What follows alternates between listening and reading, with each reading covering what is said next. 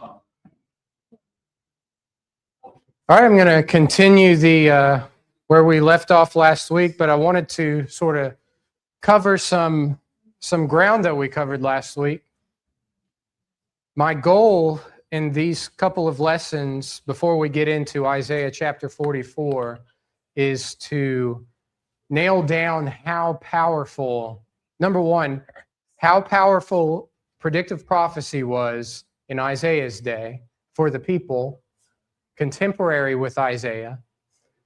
And also in the next lesson, part 2 of God Called His Shot, we will see how powerful it is to us today. What we are a careful investigation of the evidence should build our faith tremendously when we're looking at these chapters in Isaiah. So remember, and I think there was probably a loop or a circuit I did not close last week on something I was talking about. We were talking about the fact that Isaiah, he didn't sit down and type the entire book of Isaiah at once, right? This is not something that he typed up and had published within the year. This was a document that this is made up of prophecies he gave at various points, various time frames. If we look at chapter 30, Isaiah chapter 30, this is outside remember, we're looking at a courtroom scene as well with these chapters between 41 and 44. But in Isaiah 30 and verse 8, now go, write it before them in a table, and note it in a book, that it may be for the time to come forever and ever. So this is something Isaiah is putting pen to paper with. He's speaking, as we see in chapter 7, I believe. We see the context of his prophecy in chapter 7. And it came to pass in the days of Ahaz, actually, let's go and look at chapter 8. Moreover, the Lord said unto me, take thee a great roll and write in it a man's pen concerning Maher Shalal Hashbaz. And I took unto me faithful witnesses to record, Uriah the priest and Zechariah the son of Jeberechiah. So several points in the book of Isaiah, we see that Isaiah is not just writing this out and delivering it as one work of writing. Does that make sense to everybody? This is something he's delivering over time in different places. Chapter 6, it's in the latter days of Uzziah, king of Uzziah. This is over the course of 4 reigns, 4 different kings reigning. And he's releasing this prophecy not at once, but over time.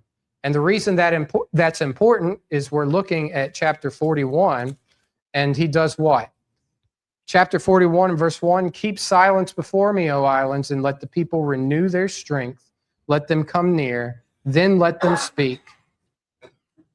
Let us come near together to judgment.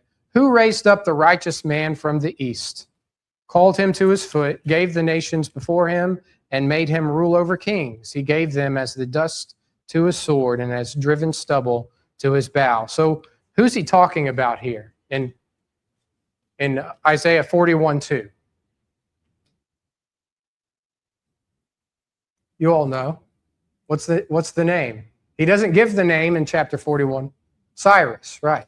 Later, he will give the name in chapter 44, the name Cyrus. In chapter 44 and verse 28, that saith of Cyrus, he is my shepherd, and shall perform all my pleasure, even saying to Jerusalem, thou shalt be built, and to the temple, thy foundation shall be laid.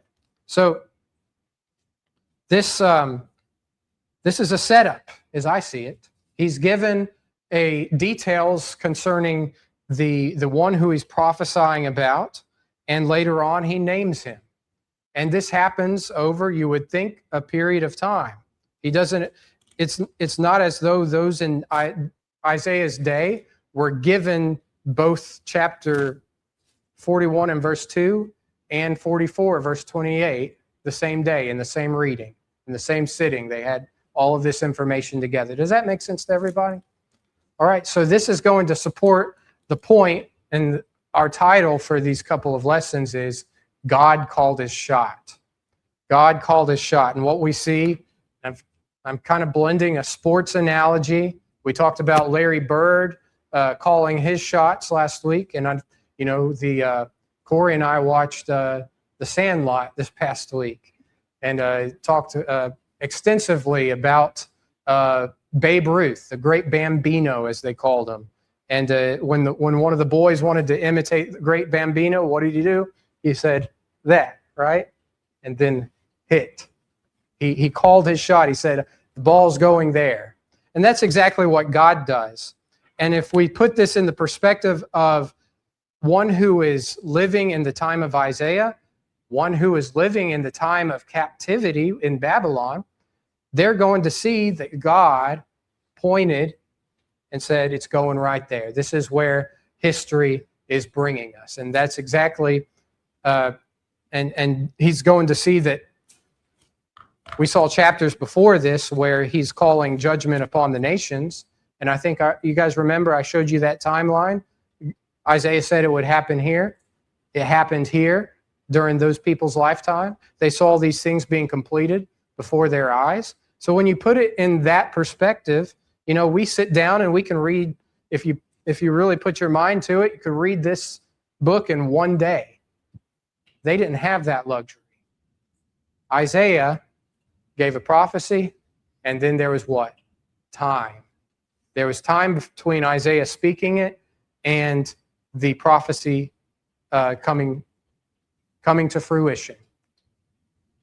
We're going to see how, and my goal again is to nail down how powerful that was for them, and then we're going to answer the critics in part 2, the critics that want to say, well, he wrote it after the fact. He was able to name this king 160 years after his life because this was written after the fact, is what they'll say. So we'll answer that and hopefully see just how powerful the book of Isaiah and predictive prophecy is to us today. Just as powerful as the people that were contemporary with Isaiah back in those days.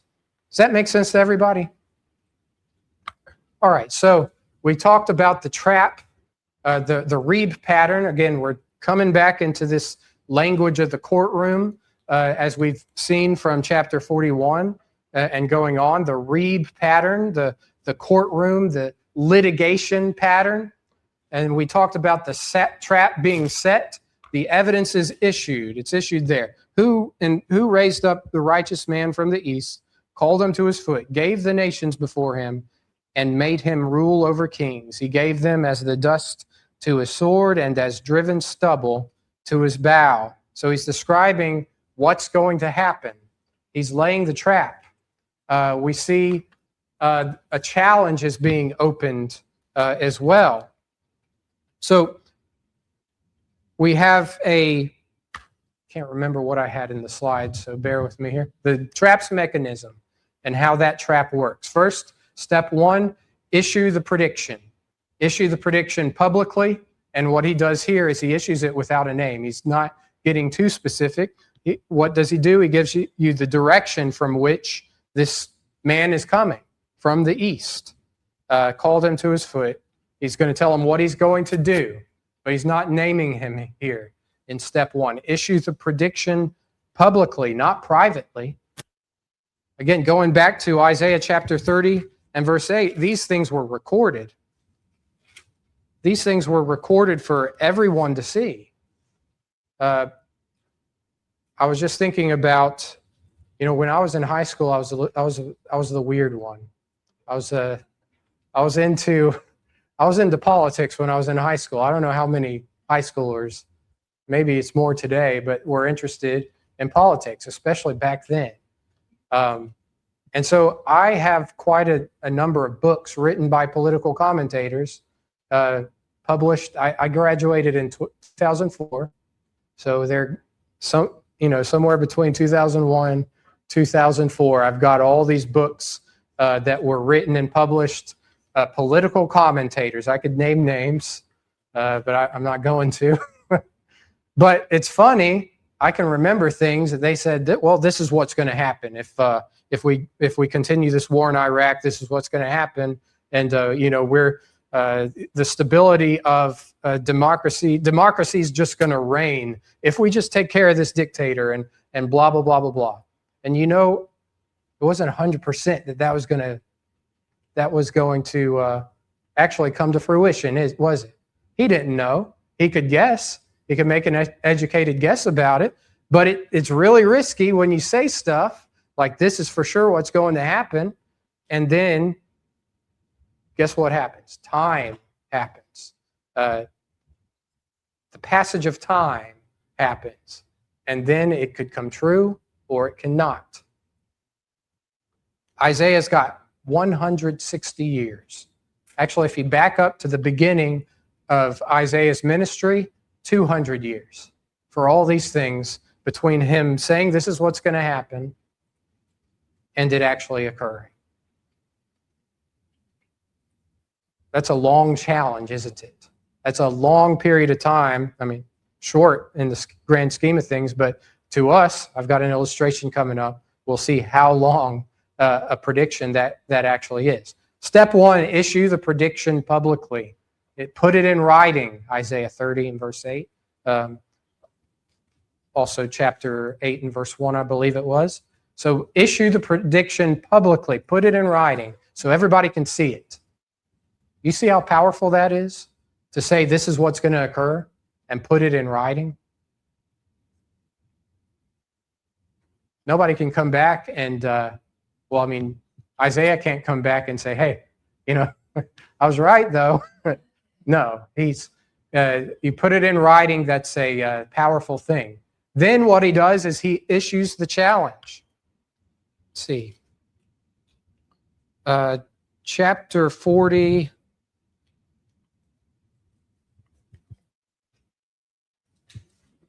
And verse 21. Start there.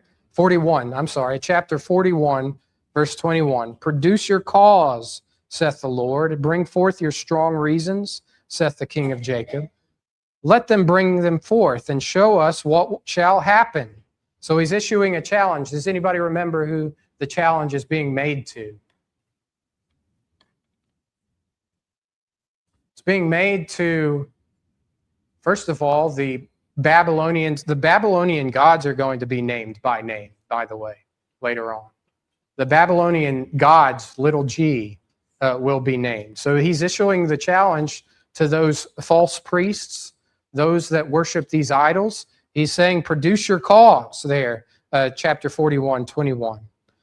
Bring them forth. Show us what's going to happen there in verse 22. I said what's going to happen. There's a king coming from the east, and he's going to raise up an army and rule over this area. That's what he's saying there, verse 2 of chapter 41. Now, can your idols tell me what's going to happen? The challenge is issued. Let them show the former things. Tell me where you've made these predictions and you've gotten them right before. What they be, what we may consider them, and know the latter end of them, or declare us things for to come. So the challenge is issued. The prediction is made publicly, then the challenge is issued. Where's your predictions? What are you going to say? What can you prove about your deity? And then he leaves step 3. He leaves the challenge open, and the scroll at this point, at some point, is available to all. It's being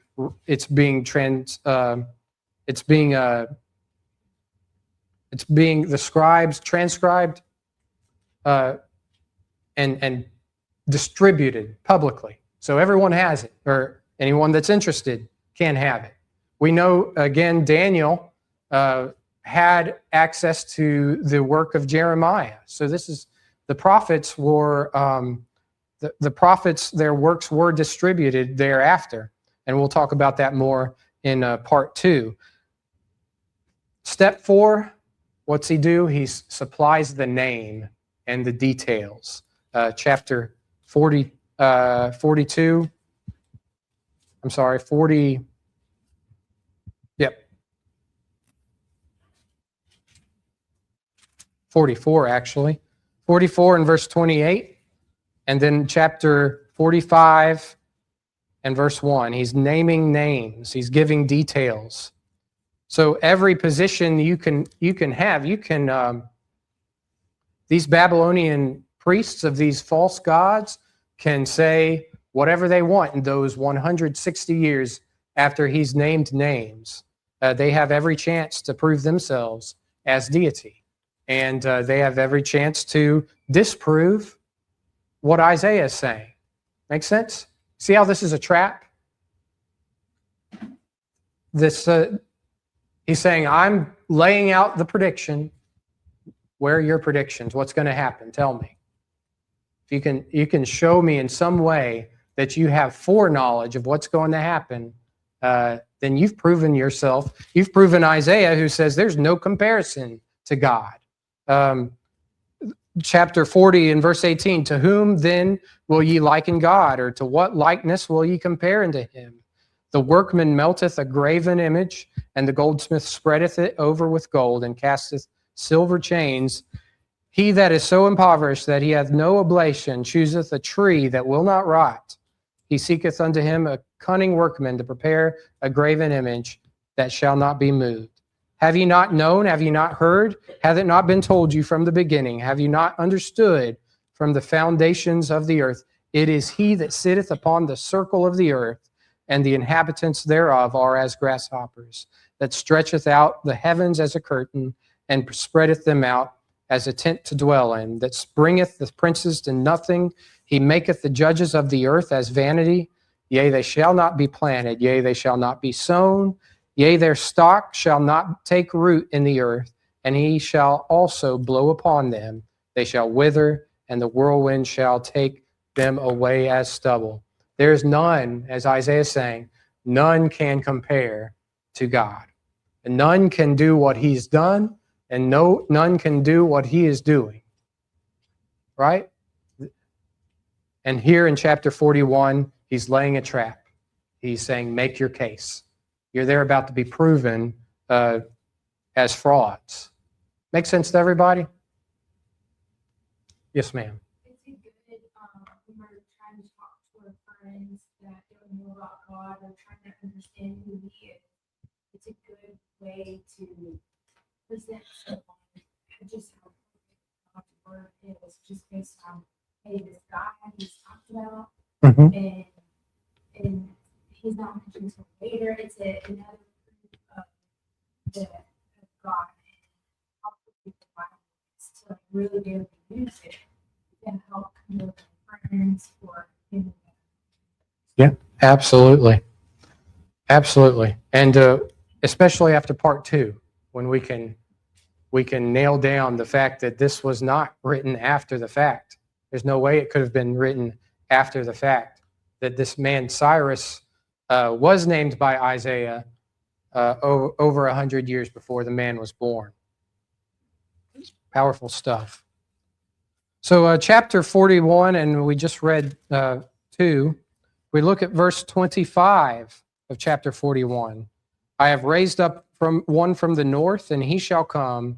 From the rising of the sun shall he call upon my name, and he shall call upon princes as upon mortar, and as the potter treadeth clay. Who hath declared from the beginning, that we may know, and before time that we may say, he is righteous? Yea, there is none that showeth. Yea, there is none that declareth. Yea, there is none that heareth your words. So none of them could have done what God did here in predicting the rise of this king as he does. So on the record, what Isaiah is doing here, he's establishing a direction that is from the east, from the north. I've got a map application I'm working on. I wish I had it queued up so I can show you where on the map this king is coming from. If anybody has a map in the back of their Bible, or in the, I don't have one that reaches as far as Assyria, I don't think. Sure, I do.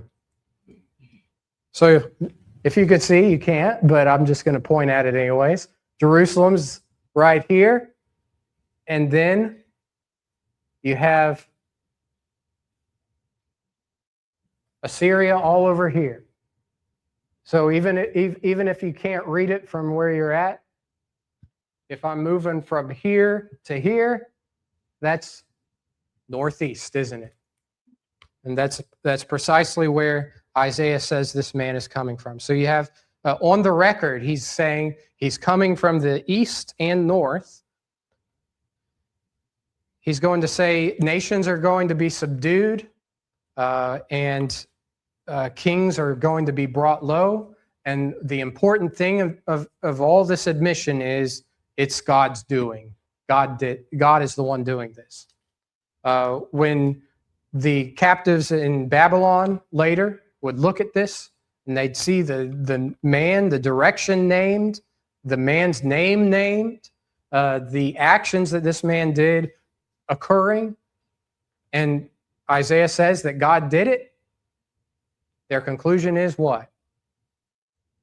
God did it, right? No other explanation.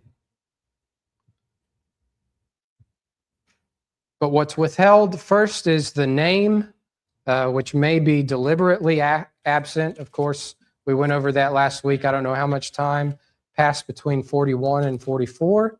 But again, these prophecies are being given at specific points or different points, not all in one sitting. And also, if you think about what we're going to be talking about next week, how do I frame that if we're talking about it next week? If he's not naming names until later, what does that say about the accusation that somebody came in and wrote Cyrus's name afterward? Why didn't he write it in chapter 41? Does that make sense? Why would he put Cyrus's name specifically, chapter 44? We'll get to that next week. We'll get to that next time we meet. But does all that make sense? Clear as mud to everybody? All right, so let's see. What's required? What is the challenge required of the nations? We see it there in chapter 41, verses 21 through 23. Produce your cause, saith the Lord. Bring forth your strong reasons, saith the King of Jacob. Let them bring them forth and show us what will happen. Let them show the former things what they be, and that we may consider them, and know the latter end of them, or declare us things for to come. Show the things that are to come hereafter, that we may know that ye are gods, yea, do good or do evil, that we may be dismayed and behold it all together. He's asking them, prove your gods. Prove that Isaiah is wrong about nobody being beside God. Again, predict something in the future, put something in writing, or maybe supply some writing from way back then that came to fruition. That was a prediction. So the challenge is issued. That challenge would last for 160 years. So then you have the exposure of the defendants. Remember, we keep forgetting to frame this in a courtroom, but a gifted prosecutor, when he's running through a line of questioning, does not give away where he's going with the questioning. Because did I say defense or prosecutor? Prosecutor. Okay, so the defense is going to clue into it if they know where the prosecutor is going with his line of questioning. Same idea is, or I think the same idea here, where God didn't name names, then time passes. You have the exhibit entered without the details, the name withheld at first, and then the shape of that fulfillment being public record, being put in writing, and then the challenge issued to all competing gods. The exhibit entered, that's why I have that slide, 700 BC, around 700 BC. court would be held between 700 and 539 BC. In the course of that time, Israel will be named as a witness, look at what God has done, and even Israel in captivity would be able to look back at what God has done and see the course of history as they witnessed it, to see what God was doing. And yet, what do the Babylonian gods or the heathen gods? I keep saying Babylon, but it's not just Babylon. In fact, this is before Babylon that he's writing this. You have Assyrian gods in play at this point. So what do they have to say? Silence. That's what they have. And their silence, we see, will be entered in as record.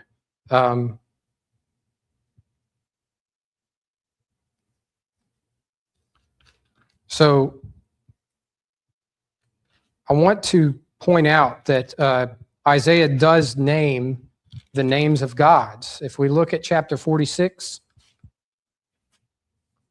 he names these false gods themselves.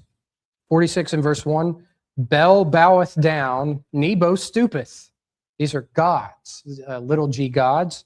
Their idols were upon the beasts and upon the cattle. Your carriages were heavy loaden. They are a burden to the weary beast. In chapter 47, he names more defendants, that is. Chapter 47, verses 12 and 13, stand now with thine enchantments and with the multitude of thy sorceries, wherein thou hast labored from thy youth. If so thou be able to profit, if so thou mayest prevail. Thou art wearied in the multitude of thy counsels. Let now the astrologers, the stargazers, the monthly prognosticators stand up and save thee from these things that shall come upon thee. So the challenge issued to those that the apologists for the false gods, if there were any, the false priests of the false gods, and also to the astrologers. The Babylonians were very well known for their astrology. They're very impressive that a civilization way back then was able to do what they were doing with the math and the looking up at the stars in the sky and being able to tell what time of year it was just by looking at the night sky. They were not stupid people, and so quite amazing. They could tell you when the next meteor shower was going to be, all that sort of thing. And so what are the people, the average people in Babylon thinking when they see their astrologers able to do these things? They probably looked up to them. Well, Isaiah's issuing a challenge to them, this challenge being open to them, and yet silence will be entered into the record. I want to read, if somebody could read for us chapter 44.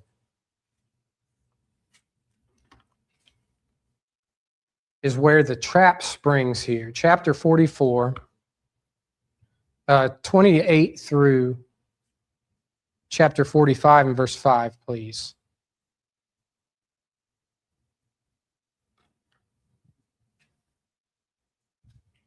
Who says of Cyrus, he is my shepherd, and he shall perform all my pleasure, saying to Jerusalem, you shall be built, and to the temple, your foundation shall be laid.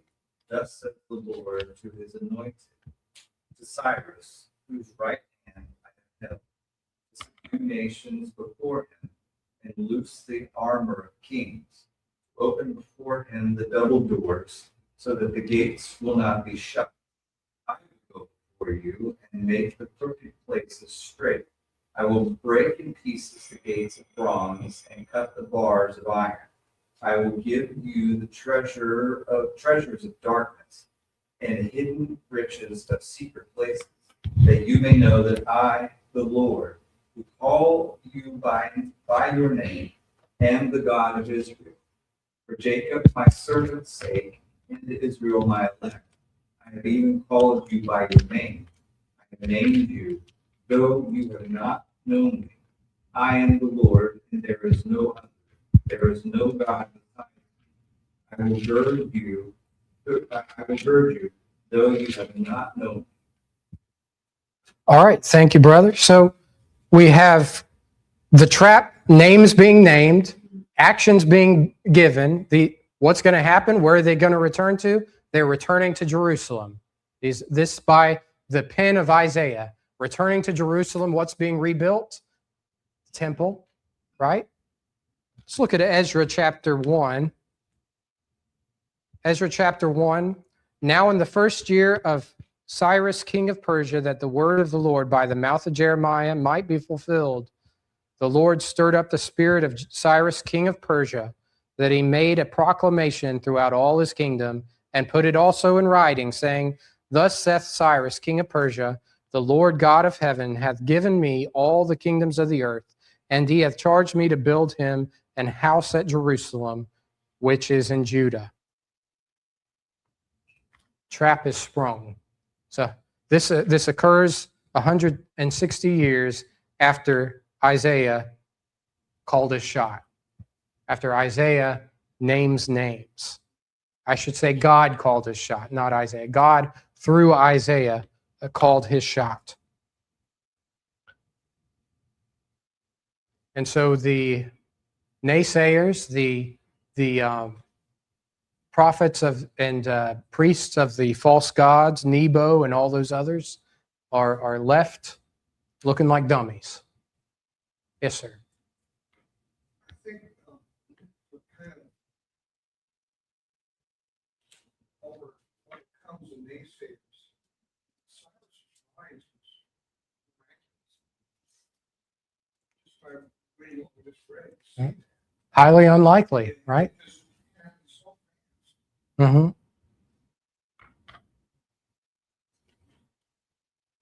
It'd be difficult to doubt Yeah.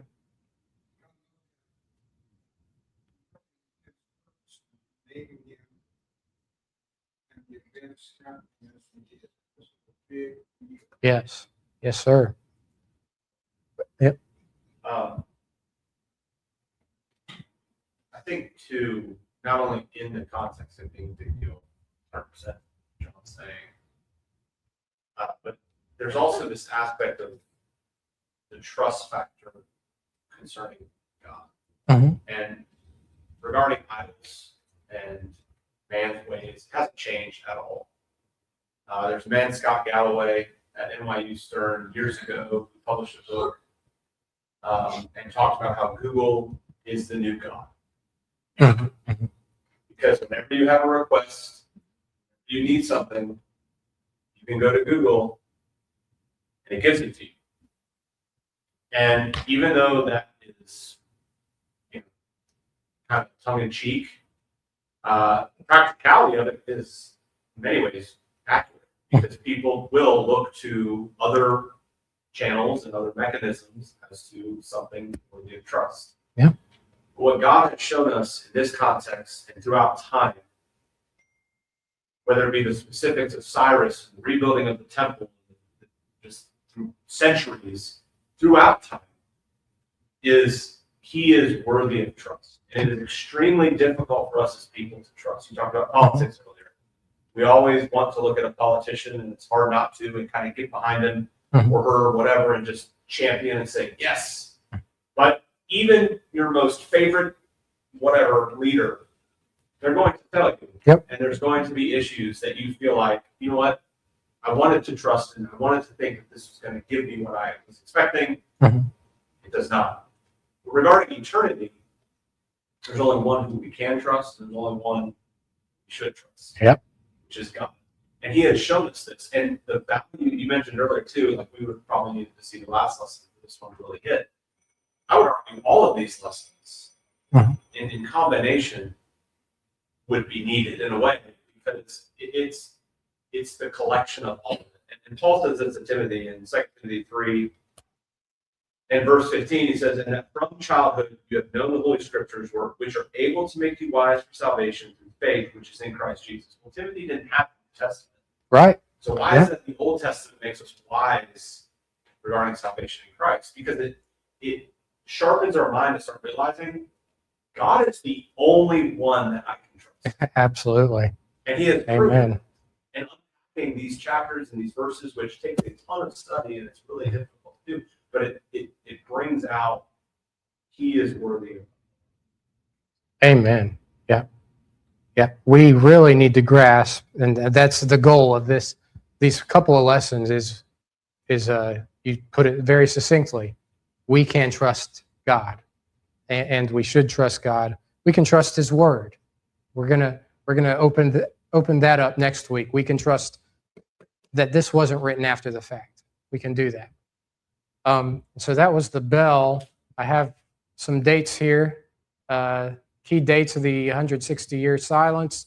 You've got the scroll entering circulation in 700. You've got around 612, Nineveh falls. So, by the way, this scroll says Babylon's going to become the world power, vassal state, right, at the time that he's writing it. No one would have guessed that Babylon would be the world power, yet Isaiah calls it. He calls his shot there. Nineveh falls in 612, just like Isaiah said it would.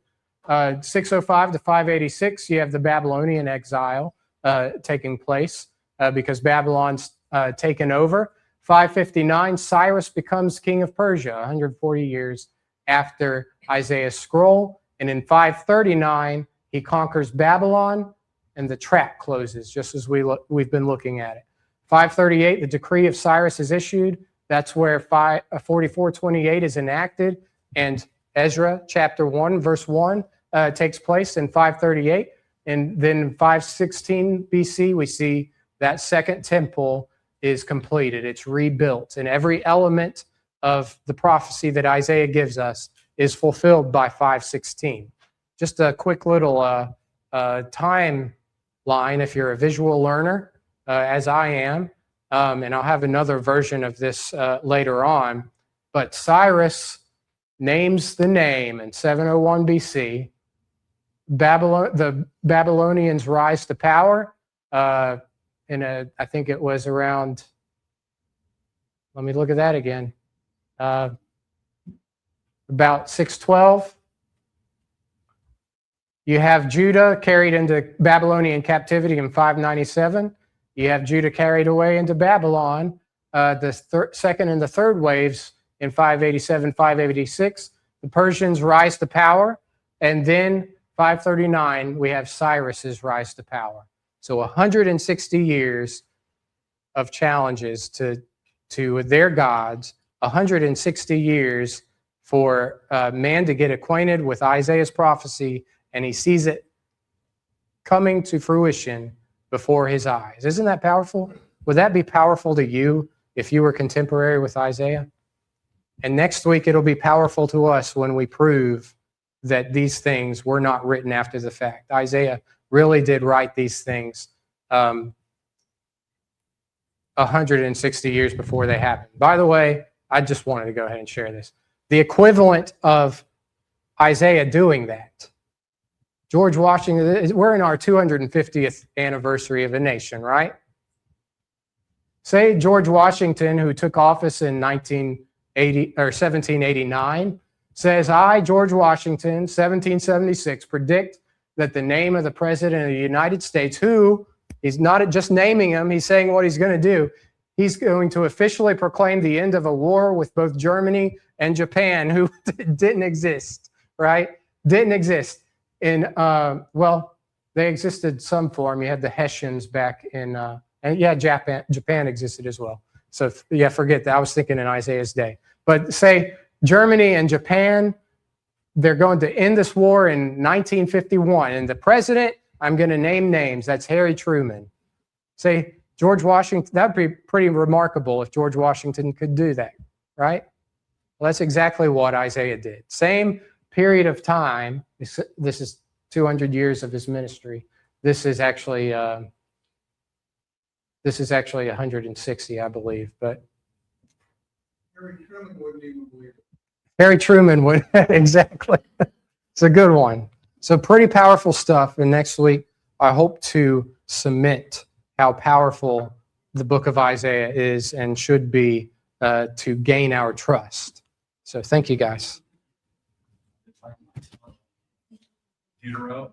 Oh, yeah. Because Isaiah 7 verse 14. Well.